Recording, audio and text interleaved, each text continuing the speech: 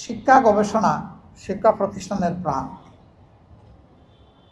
উস্তাদরা তার ইঞ্জিন, আর ছাত্ররা হচ্ছে সেই ইঞ্জিনের র ম্যাটেরিয়ালস। এই তিনটার সমন্বয় হওয়া দরকার।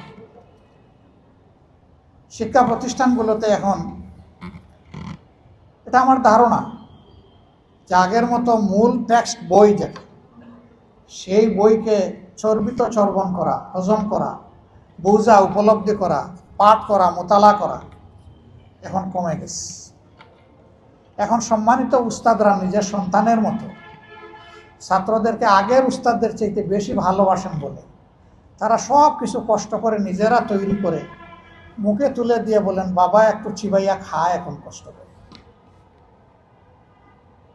আমরা চাই না প্রত্যেকটি ছাত্র হবে এক একজন যোদ্ধা। সে শিক্ষা প্রতিষ্ঠানে ভর্তি হওয়ার পরে প্রতিটি পরীক্ষার জন্য নিজেকে তৈরি করবে। তার উদ্দেশ্য হবে না পরীক্ষায় কার্যকর ফল লাভ করা, তার উদ্দেশ্য হবে তার নিজেকে একজন আদর্শ মানুষ হিসাবে গড়ে তোলা। এই গড়ে তোলার জন্য জ্ঞান অন্বেষণের কোনো বিকল্প নাই। এখন প্রতিষ্ঠান আছে, নবীজির জামানায় তো এইরকম প্রতিষ্ঠান ছিল না, কিন্তু তাদের শিক্ষা, তাদের জ্ঞানের চর্চা কি আমাদের চাইতে কম ছিল? আলহামদুলিল্লাহ, তাদের জ্ঞানের নিয়ামত থেকে যুগ যুগ ধরে মানুষ নিতে থাকলে ওই মহাসাগরের পানি কিন্তু ফুরিয়ে যাবে না। তারা আল্লাহর কুরআনকে সরাসরি রপ্ত করেছে এবং রাসূল করিম সাল্লাল্লাহু আলাইহি সাল্লামের সুন্নাহকে ধারণ করেছেন, বোঝার চেষ্টা করেছেন।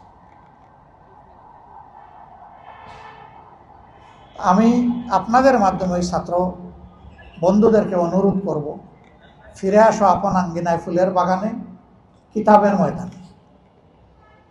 এরপরে সম্মানিত উস্তাদরা যা দিবেন মন ভরে সেই শুকরিয়া আদায় করে এই নিয়ামত কবুল করে নিয়ে অসুবিধা নেই, কিন্তু টেক্সট বই বাদ দিয়ে নয়। আমার এই অভিজ্ঞতা বড় তিক্ত। বুয়েটার ছাত্ররা এখন সেই একই কাজ করে। দেশের সবচেয়ে মেধাবীদের মিলন মেলা বুয়েট। এই জাতি আগাবে কিভাবে? মেরুদণ্ড সোজা হলেই তো শরীর আমার শক্তিশালী হবে।